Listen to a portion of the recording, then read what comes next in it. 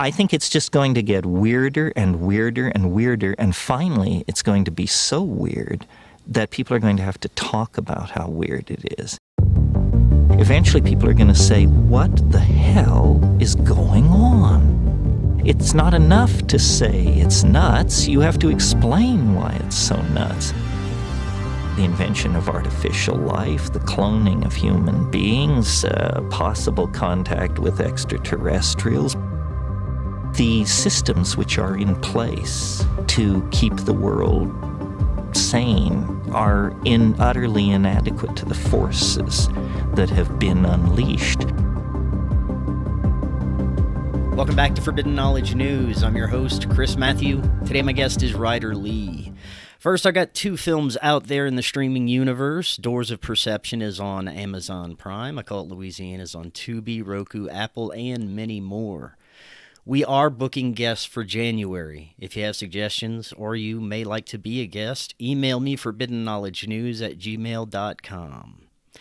Today I want to welcome back to the show Ryder Lee. He is a filmmaker and producer and host of Raised by Giants podcast. Ryder, welcome back. How you doing? I'm doing great, Chris. Thanks for having me on again. It's been a minute. It has, and it's wonderful to have you back. It has been a wild few years. You've been a busy dude. We both have two films released, one in the works. A Clockwork Shining was super badass, my friend. Can't wait for the new one. Right now is an amazing time for filmmakers because we can do everything ourselves, including distribution. It's a shit ton of work, but it can be done. You and I are examples of that. And today we're going to talk about your new film in the works, about psychic spies. We're all about this here. Before we get into it, though, remind the audience a little bit about yourself and let them know how they can find out more. I am Ryder Lee. I am a director, podcast host of Raised by Giants. You can find me on YouTube and any and all podcast platforms and on the Forbidden Knowledge News Network. Yeah, the psychic spy stuff is really interesting to me. I got interested in it going through the MK Ultra programs. So I found out that the CIA was actually funding the Rockefeller Foundation for behavioral science, which is psychology, and a few of those studies were on gifted people. This was back in the 50s. They were funding work into Duke University, Harvard, and things like that. And that's where things get really weird because MK Ultra also had sub-projects studying gifted people. More specifically, sub-project 83 and sub-project 136, which was dedicated to the research and development of ESP and psychic abilities. There's actually a document on the CIA's website called Hypnosis and Controlled Behavior that says if there's a situation where hypnosis can be applied on a target, individuals, or groups, this is from the CIA, okay, you can guarantee that it will be used. The CIA was also funding SRI International for developmental research into ESP and psychic abilities called remote viewing. The CIA chief at that time, Stansfield Turner, said that the agency found a man who could see what was going on anywhere in the world through his psychic powers. Turner said the CIA scientists and officials would show the man a picture of any place, and he would then describe the activity that was going on there at that time. Seems pretty important thing to have, especially for the CIA at that time. You said these were going on around the same time time as the MK Ultra experiments, or relatively the same time? Well, arguably MK Ultra could have been started in the 50s or in the 60s. It ran for about 25 to 30 years, officially stopping in 1975. So the studies go, I mean, we have psychic people going back decades and decades and even centuries. You know, they were called shamans. They were, you know, only supposed to be imbued upon the enlightened people, but it's essentially all the same thing. There's different labels to all of this stuff, and remote viewing kind of was an SRI coined term that supposedly came from the Chinese study into remote viewing and psychic abilities in children. So when Stansfield Turner said that they had found this man that could see what was going on anywhere in the world. That man's name was Pat Price. But the CIA cut ties with SRI in 75 when Pat Price suspiciously died. He was found in a hotel room in Vegas. Russell Targ and Hal Puthoff then went to the Foreign Technology Division at Wright-Patterson Air Force Base in Dayton, Ohio, to try and get funding for SRI through the Air Force. Now, Del Graff worked there and eventually became the operations manager for the DIA Stargate program at Fort Meade, Maryland, later on in around the early 90s, 1990 to 1991. But the Air Force picked up the funding to SRI to continue this investigation into remote viewing and psychic abilities, and ESP. Del Graff put together a small remote viewing unit at Wright-Patterson Air Force Base. They then received tasking to find a missing Russian airplane that downed somewhere in Africa. Rosemary Smith, which was part of the remote viewing unit at Wright-Patterson Air Force Base, this was like an unofficial small unit that Dale Graff had put together. He gave her a map, like a large area map, and said, "Can you find this Tu-22 downed Russian airplane?" And then she put an X on the map where she had seen the visions and the psychic impressions of where she believed that it was. He then turned that into the CIA, and they converted where she put that X on a map into a coordinate. They then went to where she said that she thought that it was, which was in Africa, and then they found the missing airplane exactly where she said that it was. President Jimmy Carter then talked about this mission in an interview in 1995. It's very difficult to find that interview, but it's on my YouTube channel, Raised by Giants, and it will also be in the upcoming documentary Psychic Agent. But the funding by the Air Force stopped to SRI in 1980, and then the Wright-Patterson Air Force Base unofficial unit was disbanded. But Army Intelligence was forming another remote viewing group at Fort Meade called Grill Flame, which was to use psychic abilities with gifted people to collect intelligence data on foreign targets. But then you also have the Monroe Institute, which was founded by Robert Monroe in 1974, that created this technology called HemiSync to induce an out-of-body experience. So this has connections to the DIA Stargate program, because when Grill Flame first opened up, which it changed its name a lot of times, it changed it to Center Lane, Sunstreak, and then it finally landed upon Stargate in 91. Army Intelligence sent their psychics to the Monroe Institute. They paid Robert Monroe $2,000 to see if Robert Monroe's tapes would help the remote viewers be more accurate.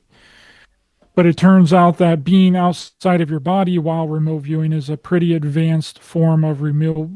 It's very advanced. It's called perfect sight integration, where the viewer can duplicate their physical body and travel in their astral body to anywhere in the world and then collect information. Now, let me ask you, the HemiSync was allowing the remote viewers to also leave their bodies now, is what you're saying? Well, that's the thing, is that is the goal with the HemiSync tapes, is to induce an out-of-body experience. But a lot of the remote viewers had already been having out-of-body experiences. Specifically, Angela Ford, she would have out-of-body experiences all the time whenever she was young. Ingo Swann would also have out-of-body experiences due to trauma from being bullied whenever he was younger for being gay. So that's like a part of it. But Ingo Swann had developed this terminology to be able to get outside of your body that was called perfect sight integration, where you could literally go to another area of the world and your body is physically duplicated into an astral body, and then you can feel the environment. It's like it's like remote viewing on steroids is essentially what it would be. You can then affect the environment. You can move things around. Like it's almost like your physical body is also there, but it's not quite your physical body. It's just like a duplicated version of your physical body. But this is also, it really seems to me that trauma induces these types of abilities, and trauma also induces an out of body experience. Like if you go through enough trauma, you're inevitably going to disassociate from your reality. And sometimes, you know how people, whenever they go through trauma, they're like, oh, I seen this from a far distance. It was like I was up in the corner of the room and I was looking down on myself. That's a forced out of body experience through trauma. And with the MK Ultra programs, what they were doing, it seems as if the MK Ultra programs were inadvertently creating gifted individuals, which is that would be, of course, the ones that survived that didn't go catatonic and weren't able to get over the trauma or disassociate. They stayed within their physical body, like a lot of the people at Ravenscrag in Canada, which also the Rockefeller Foundation provided a grant to help found the Allen Memorial Institute, aka Ravenscrag Hospital, that supported Dr. Hugh and Cameron's MK Ultra experiments in upwards of $150,000 a year for 5 years. And then there was also grants that happened after that as well. Tell us again, who do you have in the film?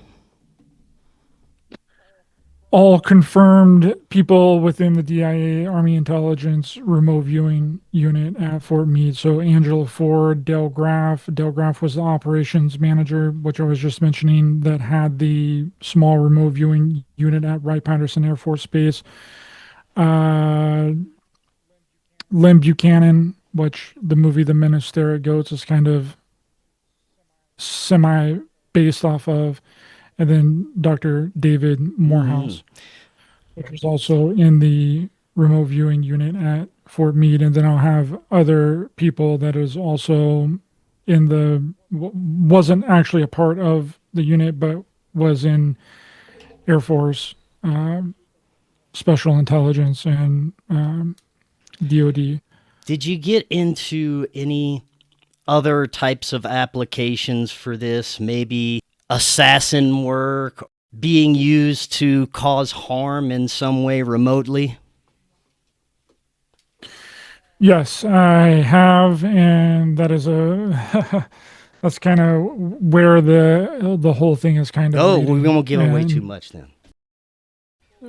Well, with Dr. Hugh and Cameron, he's one of the ones that created the technology of psychic driving. He would record all these sessions with patients, and he would have a patient listen back to one of those tapes, and then he noticed that one of his patients had a visceral reaction to hearing a certain part of this tape. So he started making her listen to this tape over and over and over again, day in and day out for months. And it's pretty soon he was doing this with all of his patients. Now, the people that were experimented on at Ravenscrag ended up getting together and sued the CIA, and they settled out of court for around $800,000. Now, the psychic driving thing is essentially a programming, right? So if you can, there's 3 steps to it. So it's called depatterning. So he would essentially traumatize these people through torture and, just fill in the blanks.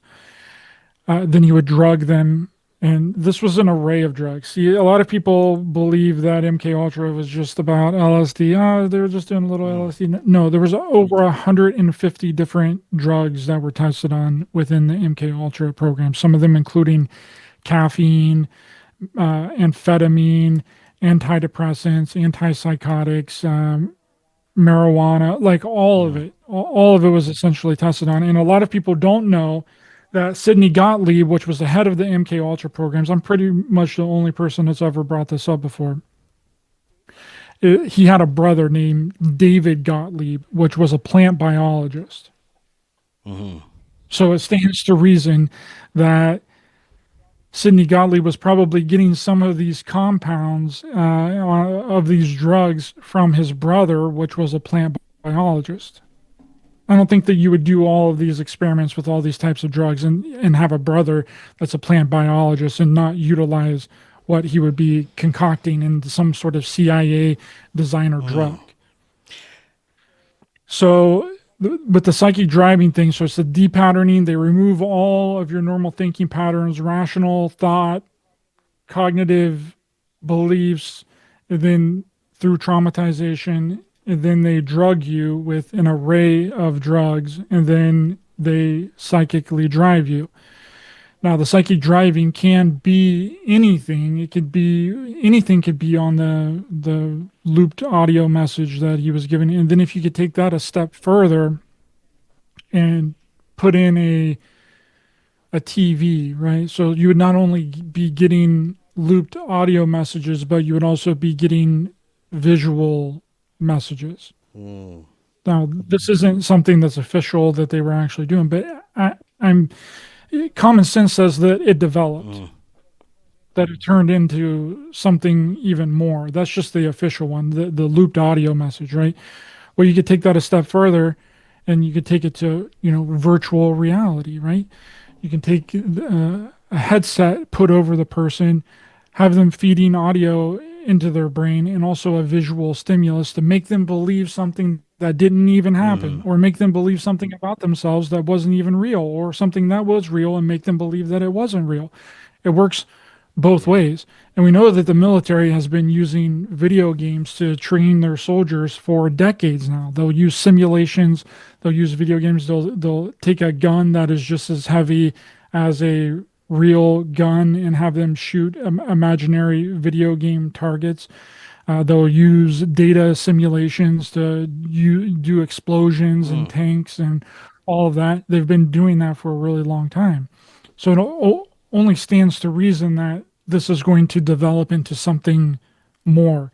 And that would be the next step of this MK Ultra program would be to depattern them, right, through trauma, drug them, and then have this stimulus of something on a TV, or even a step further would be virtual reality. And then when you look at our environment and how the world has shaped, over 50% of the people in the United States is on some form of pharmaceutical medication. Yeah. We are constantly being traumatized through the media and these events that are happening around us all the time. And then we're being psychically driven through the TV, through social media, through programming to get the same talking points over and over and over again. I mean, there's this clip by George Bush that is like, George Bush Jr. I was like, I'm going to repeat it. I'm going to repeat it a bunch of times, because you got to repeat it several times for them to really drive home the narrative, to really catapult the propaganda. Yeah. All right, so that's obviously a technique that has carried over from these MK Ultra programs, is just putting the same thing up on the screen over and over and over and over again, regardless if it's real or not. If you can make people believe that it's real, it doesn't matter if it actually is or not, as long as the perception is there that it is. Now, I wanted to ask you, I don't want to get too far away from the MK Ultra, but did you look at all into the creation of alternate personalities, splitting of the consciousness to different personalities, things of that nature? Yeah, it's definitely possible to do that. I mean, was known as multiple personality disorder, but now is dissociative identity disorder is the modern term for it. And I do believe that it is possible to do, but I don't believe that it can be done to everyone. Right? If you had 100 people, maybe 10 of them or 5 of them this could be done to. But this is another trauma-based experiment that they were putting people through severe trauma to achieve this, right? Yeah, and that gets into the assassin territory and programming people. I mean, the MK Ultra programs were wild, dude. They were doing all kinds of wild. They had so many wild thoughts and crazy ideas. Yeah. There was one that was to during um, World War II was to paint a bunch of foxes with radioactive material and throw them off the ship of the coast of Japan, and that the Japanese would see this as like an omen or a sign from the gods, and that they would surrender. Like Yeah. wild stuff. They were going to poison the president of Cuba at that time. What was his name? Castro. The guy that, yeah, Fidel Castro. They were going to poison Fidel Castro with put something in his cigars to poison him. They were going to put some things in his shoes that would make him lose his hair, like Wild stuff. just wild stuff. But there was this book that was written in 1978 by Walter H. Ballard, which was called Operation Mind Control. That really exposed the entire alien and abduction phenomenon, where the military would get these kids to dress up as gray aliens, and the military would abduct their target, the said individuals, and the kid would then act as aliens, and they would have the set all made up, and then they would use these drugs and this weapon that was called a stun gun, which would act as like a memory suppressor. So then later on, when the said individual it would make them like black out, right? It would make them like kind of erase the thought in the memory from their head. And then, years later, or maybe a little bit of time later, it would be like, oh man, I got some missing time. Something really strange must have happened. Then these memories will start kind of coming back to them of this experience that they had with these aliens. Okay, but they were really just kids dressed up in gray alien outfits. I can only imagine where things like that have progressed to in our modern age, but that's a whole other show. So how long were they running these psychic spy programs? Well, if you count it from the time that they started funding SRI, the CIA funding SRI was from 1972.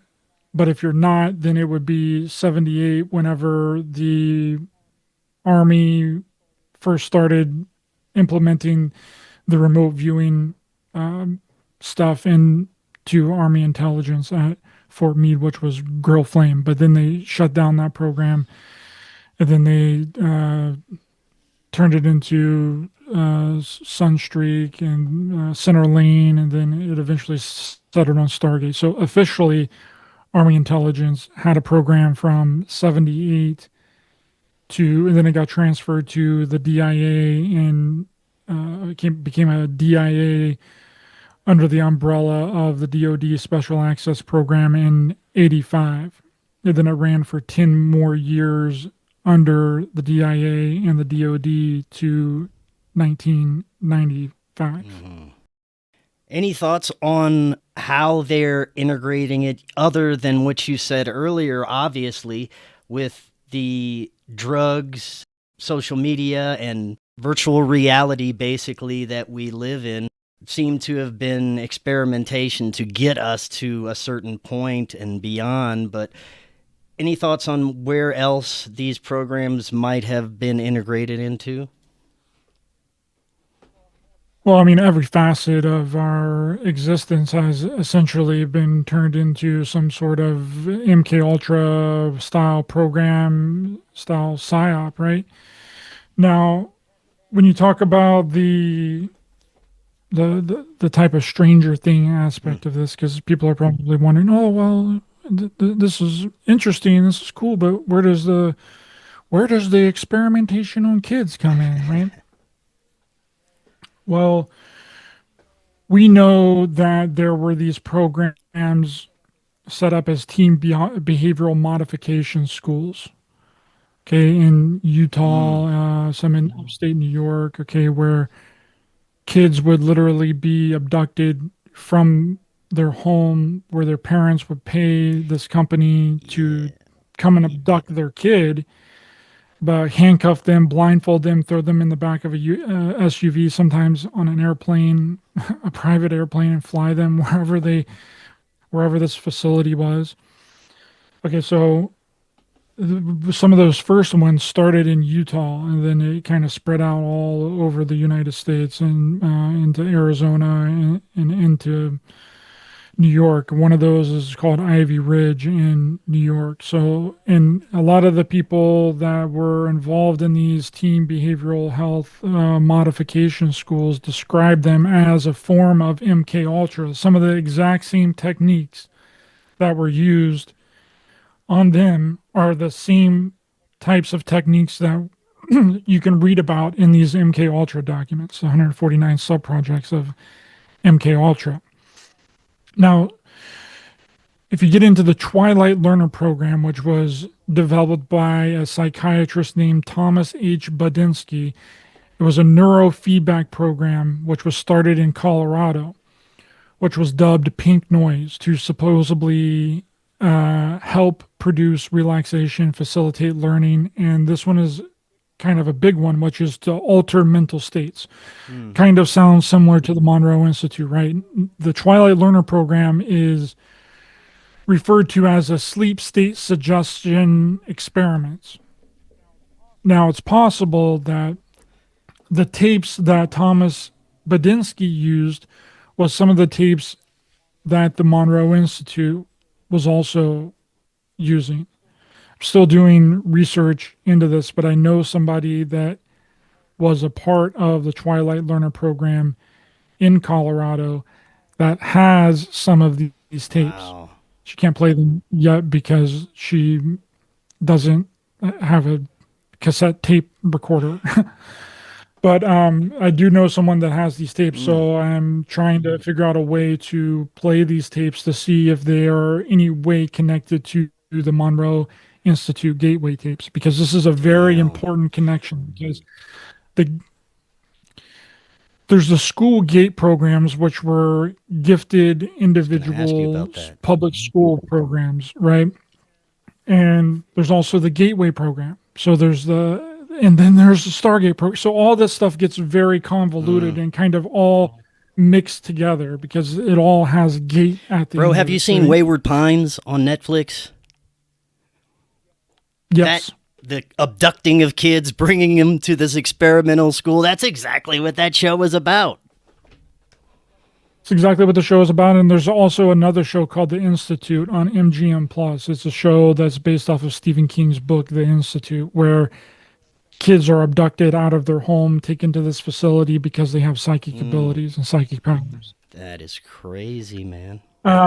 Which is a really good show. I highly recommend it. And when I saw that, I was like, holy shit, this is basically my documentary in a nutshell. I mean, this is a, Hollywood version of what I 100% believe it was happening on some levels. Yeah. So you have the Twilight Learner program, which Thomas H. Budinsky initially worked as an aerospace engineer in Southern California, including working on a top secret classified projects at Area 51. Interesting. On the SR-71 Blackbird, which is so interesting. It's a tidbit of information how a lot of these guys always seem to work for some sort of aerospace company and then switch into psychology and experimentation on the human mind. Yeah. But you have the GATE programs in school. Now, this is how it's connected to the Monroe Institute gateway tapes, because there's been this flurry of online activity around the GATE programs because people are thinking back to them and thinking, oh, that was kind of freaking weird. Okay, I was being pulled out of class. I was asked to do these really strange things like mess with ropes, mess with blocks. There was a guy that was telling me to say what's on the flashcard without having to see what's on the flashcard. I had these really weird, strange hearing tests. They would do really weird, strange vision tests, and this would happen periodically through my upbringing in public school. And what's triggering a lot of these people is this clip of this hearing test that was done, and a lot of people remember this, which was, you should be hearing my voice in your right ear. And that's triggering a lot of people to bring back this memory of these hearing tests that was done in public school. Now, it turns out that that tape is the Monroe Institute gateway tapes. Whoa. Crazy. So how did the Monroe Institute gateway tapes end up in public school, and why did they end up in public school? And why were they using this as an experiment on children in the 70s, the late 70s, 80s, and 90s? That is super interesting, man. And they've also, a lot of people have said that they were told to drink some pink drink type of substance. Pink drink, yellow drink, and depending on where they were and where they lived and what state that they were in, they were told it was for a different reason. Not everybody got the same reason as to why they needed to ingest this liquid. Some people, it was told that it's for that it was vitamins. Other people were told that it was vaccines. Other people were told that it was asthma medication. Yeah, man. You know, and then some of the programs too, depending on where you lived in the United States, depended on what the excuse was for why your kid needed to be a part of the program.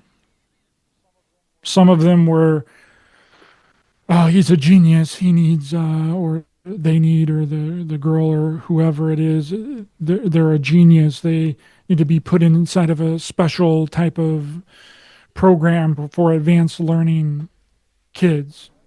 Other people, it was, he's an unruly child. He has ADHD. He has all these problems. He can't sit still. He needs to be put in a special class.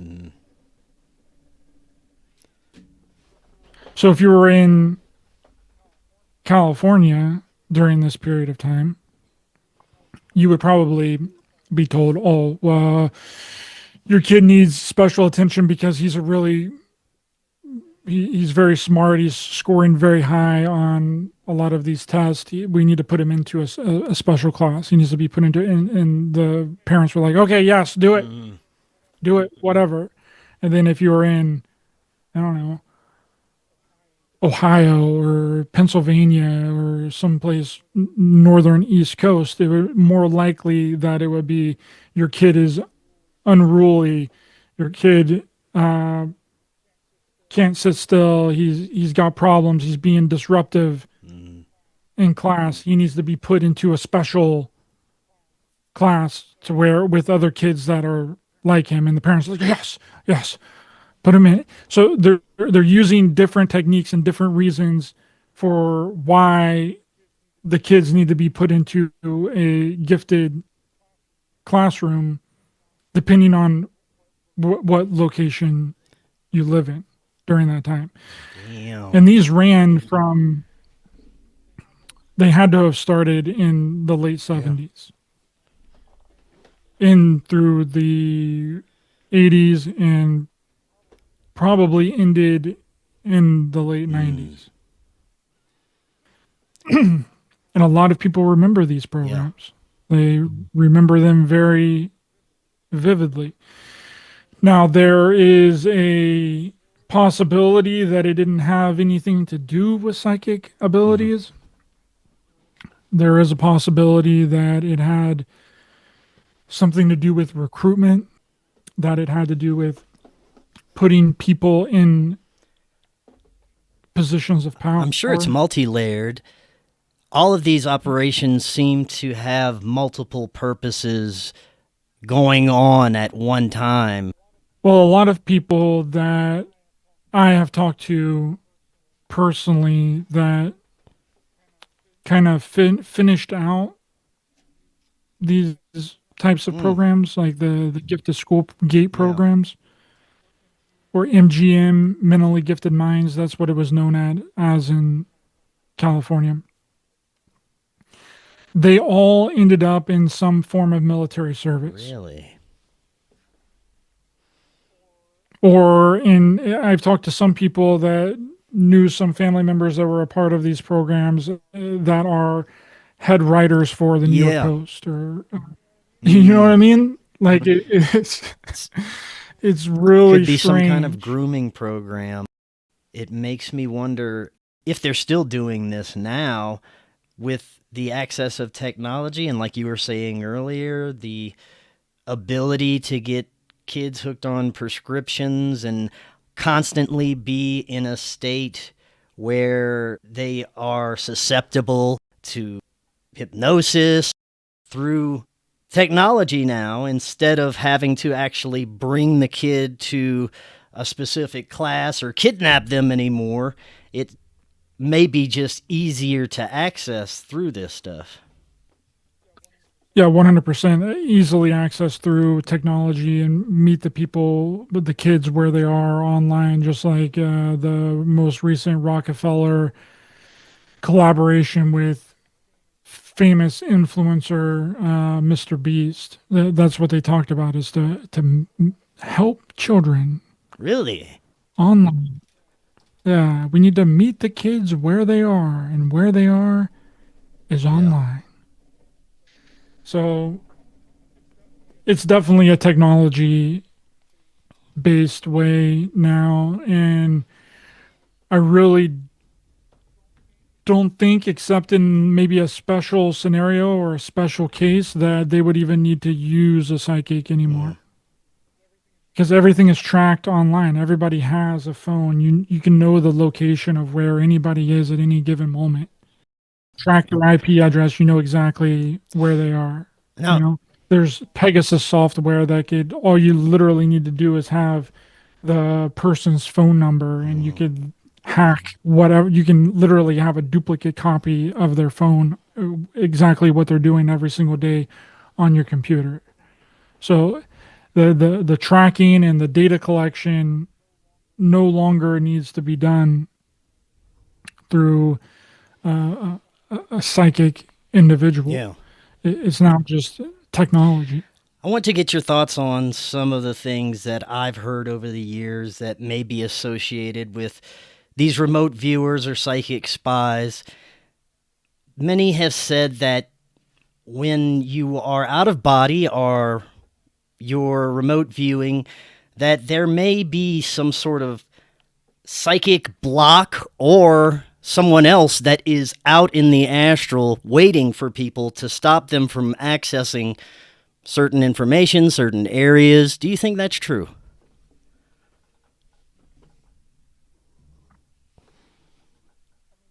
I mean, it could be true in a sense, but hiring people to do that seems kind of silly. Yeah. You know what I mean? Like, let's hire these military astral travel people to sit, because you can't really be doing this while you're out just like doing everyday normal life. Like, you can't be outside of your body while you're washing the dishes. Like, you have to be in a certain meditative state, in a certain deep consciousness level that allows you to get outside of your body. Yeah.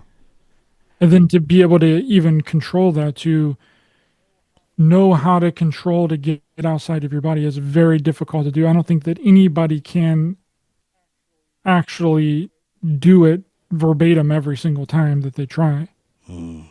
It's normally something that just kind of happens. Now, there are ways to try and induce it. You can try and do breath work really late at night like when your melatonin is most highest in your brain, you might be able to get outside of your body doing it that way.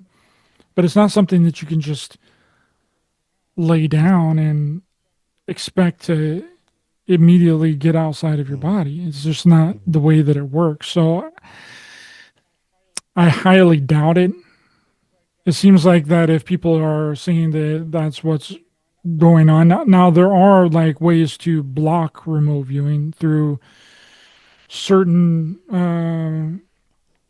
materials. I believe Uri Geller has talked about how the CIA has, or some intelligence agency or the military has some sort of psychic energetic blocking room, to where that because they were afraid that the Soviets were spying on them, and that they were getting their intelligence data leaked. So then they created this room where no psychic could possibly get into. That's just rumor. I don't know if that's true or not, but I highly doubt that it would really be possible. You mentioned Uri Geller and Ingo Swann. In recent years, they have been part of the quote-unquote UFO disclosure movement. You hear about remote viewing aliens on the moon and extraterrestrials. They seem to be supporting this UFO narrative. Of course, they were working with the CIA, so how much trust can you put into that, right? Yeah, I don't necessarily believe a lot of the things that Uri Geller says. But I do believe him on one thing, which I think is a really important thing. When he talked about to Russell Targ on the documentary Third Eye Spies, and he said that in a roundabout way that Pat Price didn't die. That he wasn't murdered, and that his death was essentially faked. And then he was taken into this black budget underground program that the CIA was doing. Because it's just a coincidence that after Pat Price died, even though SRI had other psychics such as Ingo Swann and Hella Hammond and a few others, whenever Pat died, the CIA was almost immediate, like, oh yeah, we don't care anymore. We're out of this. Cut the funding to SRI. Yeah. The only reason that you would do that is if you already had another program, or you had, or that you had the individual, the best individual for the job already. Because then you wouldn't need to fund them searching and looking and studies and all that for another thing if you already have the best guy that can already do it. Like the CIA said back whenever in the early 70s that they have someone that can see anything, anywhere. All they need to do is show them a picture of that thing. So if they already have him, there's no point in continuing funding for anybody else. Right. So that's what I 100% believe happened, because there's so many really strange, which is all going to be in the documentary as well. There's a lot of very strange things that surrounded Pat Price's death. There's very strange things, like he called his family members before the day before that he was found dead in the hotel room and gave them very cryptic goodbyes. He took out a very large life insurance policy right before he died. Whenever he was, the family wasn't informed of his death until he was already cremated. Wow, interesting. They'd already cremated the man before they ever called his wife and called his family to say that he was dead. Whenever he died, a man came in with what could be described as Men in Black, came in with briefcases and told everyone to clear out of the clear out of the building, that they had it under control. Oh, that's crazy, man. And so there's a really, and then mix that with what Uri Geller was saying, that they do not kill people that lay golden eggs. Yeah. It doesn't make any sense. Not to give away too much more from the film, but is there anything else that we didn't cover yet that you can give the audience a little sneak peek about?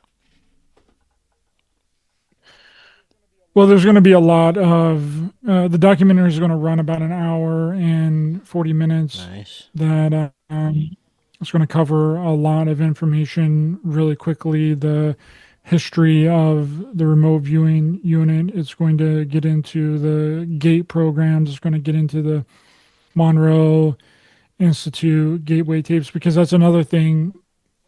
Whenever Army intelligence sent the Army personnel to the Monroe Institute to study under Robert Monroe to see if being outside of the body could increase or make the remote viewing more accurate or the psychic abilities more accurate, they also brought those tapes back to Fort Meade, Maryland. So they had access to those tapes. And according to Lynn Buchanan and some other people that were actually there, said that they would use those tapes to like cool down.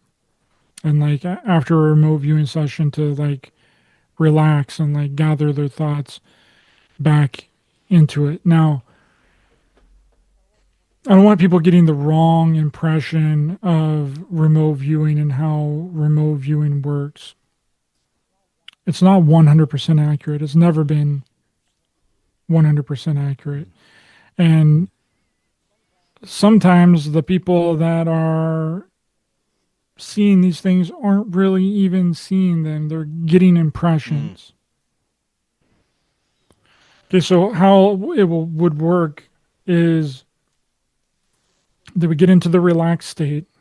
They would get into their, what could be considered a meditative state. Then they'll get a piece of paper and a pen, and then they will be assigned the coordinate. I mean, there's different ways of remote viewing. There's extended remote viewing, coordinate remote viewing, long range remote viewing. There's many different ways to do it. But with coordinate remote viewing, they would be assigned the target. The person that is giving the target to the individual is supposed to be blind to the target. Because if they're not blind to the target, then they can then influence the target. So the person that's assigning the target essentially has to imbue what the target is onto the coordinate. The coordinate literally does not matter. The coordinate isn't a real coordinate. It's a series of numbers. Yeah. So the person that's assigning the target has to be highly trained in order to not subliminally get things mixed up with the coordinate and then imbue things that aren't real and create their perception so that the remote viewer can't see the thing that they're supposed to be seeing. Yeah. It's a very complicated and complex process when you get into the military remote viewing stuff. Yeah. Okay, it's not as easy as sitting down and looking at a picture and then remote viewing the picture. Yeah. 9 times out of 10, if you're doing that, then you're just using your imagination. You're just seeing things that you want to see. That's the whole point of remote viewing, is to be blind to the target, because then the information and the things that you see is pure. Because if you know what it is that you're supposed to be viewing, then that gets subliminal messages into your brain to trick your brain into seeing what you think that you should see. Makes sense. So you need to be blind. The person that's giving you the target needs to be blind. So then there has to be a middleman in between there. So the person that assigns the target and the person that gives the target has to be different people. And then you sit down, and then you take your pen and your piece of paper, and then you view you get impressions of what you think that it is, and then you draw on a piece of paper and any words or any thoughts that come to mind on the piece of paper. That's what these military remote viewing sessions were, and that's how they operated, and that's how they worked. And I think that with social media and these self-proclaimed remote viewers and self-proclaimed psychics have the wrong impression or the wrong idea of how remote viewing is. There's a difference between being remote viewing and being psychic. They're two separate things. If you can look at a picture and see what's going on currently at that place based off of that picture, that means you're psychic. That's basically what Pat Price was. Pat Price was a very powerful psychic. Now you can argue that he was remote viewing or whatever. That's what they would call it. It would be remote viewing. But if you take a picture and you can describe what's going on at that location, you are a psychic. You're not a remote viewer. Remote viewing is a completely separate protocol. There's a protocol to remote viewing. Yeah.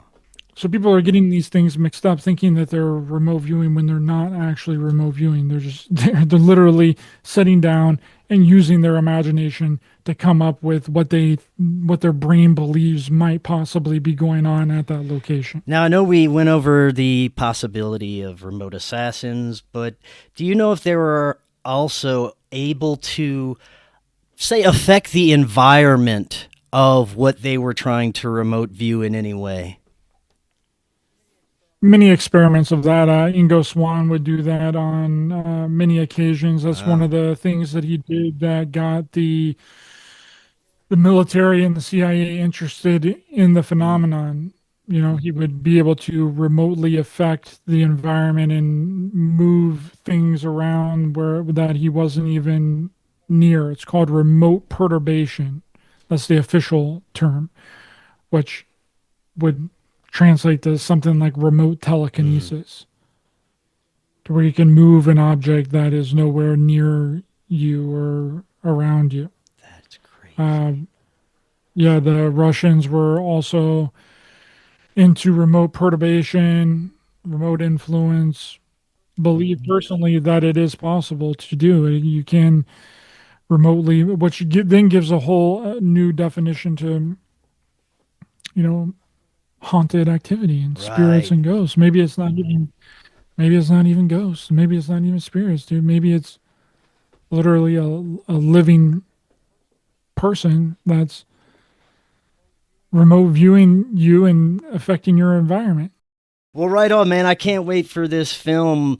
Last few minutes, I know you've done some great work in calling out BS UFO narratives, people who are involved that are spreading disinformation, some of the current happenings that tend to involve UFOs, or the narrative is pushed towards a UFO or an extraterrestrial. But as far as where we're at now, we have Atlas, more congressional hearings that pop up here and there. What are your thoughts on the state of quote-unquote disclosure? Oh man, honestly, I haven't really been paying too much attention. I kind of left that whole thing because it's almost like when you're on to something too soon, it almost feels like that you're wrong. You know what I mean? Like you get attacked by all kinds of people. You get, hate comments, hate messages, and all kinds of nonsense and stupid ass, ridiculous emails. Basically telling you that you're a propagandist and that you're working for the government to cover up the UFOs and that you're, it's just ridiculous, dude. So that's what it feels like when and I'm not the only one that's experienced that. Several people have experienced that throughout, just in the past, 10 years. So often being too soon on a topic often feels like that you're wrong about the topic. And I felt like that I was really soon. Well, it was soon, but you were And definitely onto something. I agree with much of your thoughts on the matter. We've been in a very interesting place when it comes to the narratives that they're trying to push forward. And like I said, you were doing a great job calling that out, and I get it. People don't respond well to things that they're not ready to let go of yet. I mean, it's obviously an agenda, and where I think that it's kind of heading is with AI. I think that AI is going to be responsible for so much, and they're going to pin a lot of things on Yeah. AI. I mean, I know right now that they're already talking about how that they want to, what's that called, whenever you like pardon, that you would pardon all of these different companies and been holding all the secrets to the UFO Oh. technology. We're going to pardon them. We're not going to hold them responsible for whenever all this information comes out. I think that it's going to be used as an excuse for defense in the name of a invisible boogeyman, just like we've been led to believe the invisible boogeyman. It's always been an invisible boogeyman. It's always been that thing that no one can see, no one really has firsthand knowledge of, that it's, just happening, and we need all this money to help protect you from the invisible boogeyman. So I do 100% believe that it's going to be used as a military budget to funnel more money into to then protect us from the aliens, right? Man, I think of It's gonna all be those YouTubers that for years their content was about presenting video evidence. We're at a point now where, unfortunately, it's gotten to look too real, and in many instances, it's extremely difficult to tell the difference, and that's only going to get better. So, seems like the era of any video evidence may be dead. It really is. And when you look at the history of this stuff, and you, just like what I mentioned with the man who wrote the book Operation Mind Control, where the military would get these kids to dress up in gray alien costumes and abduct people and make them believe that they had been abducted by aliens. They took them to some kind of area that had a background set that made them believe that they were on a spaceship and stuff like that. If they're willing to go that far to pull something off like that, if they're willing to go as far as to break into Paul Benowitz's house in the early 80s to replace his computer with an NSA modified computer to make him believe that he's in contact with aliens while the NSA is posted up across the street beaming signals into his house. Oh, man. Okay. If they're going to go that So far, diabolical. what else are they willing to do? Man. Have you read the book Camelio? Heard about this story? Invisible people that were that were sent to this guy's house. If they were doing shit like that back then, who knows what they've got going on now? And you have to question everything, even paranormal phenomena. We live in wild times, brother. Before I let you go, remind the audience where they can find out more about you again. You can find me on YouTube, any and all podcast platforms, Forbidden Knowledge News Network, Facebook, Instagram, X, Twitter, and you can watch my documentaries JFKX and Clockwork Shining on Amazon Prime Video, Tubi TV. And thanks for having me on, and be looking forward to my new documentary, Psychic Agent, Real Life Stranger Things, which is hopefully going to be released soon, which will cover everything that me and Chris talked about here today and much, much more. Thank you very much. Right on, man. Can't wait for that to come out. Until next time, everyone, have a wonderful evening. We will talk again tomorrow. We'll see y'all then. Hello, friends. I am so excited to tell you about Independent Media Token. Independent Media Token is a brand new way to show your support for independent media without having to donate a dime. Independent Media Token is a cryptocurrency on the Solana blockchain designed to generate funds to promote and foster the growth of independent content creators, allowing them to engage in their art without having to worry about being demonetized. Through a network of media partners, of which you yourself can become a part of, Independent Media Token's goal is to ensure the powers that be can never cut off all of our areas of funding and censor the only free voices left in the world. Join the movement today. You can pick up Independent Media Token using Phantom Wallet or the Solana wallet of your choice, where you can easily swap your Solana for IMT. Grab some IMT today and remember to always know your team. To learn more, visit independentmediatoken.com or use the link right in the description. Are you and your family prepared for an emergency? Maybe the fake alien invasion? Now is the time to prepare yourself and your family for any event. Check out Prep Starts Now. Their mission is to provide high-quality preparedness products that empower individuals and families to be ready for any situation. They're committed to delivering reliable, trusted gear to ensure your safety, security, and peace of mind in times of need. Their product selection is carefully curated to provide you with the essential gear you need to stay prepared. From emergency kits to tactical tools, every item is chosen for its reliability and practicality.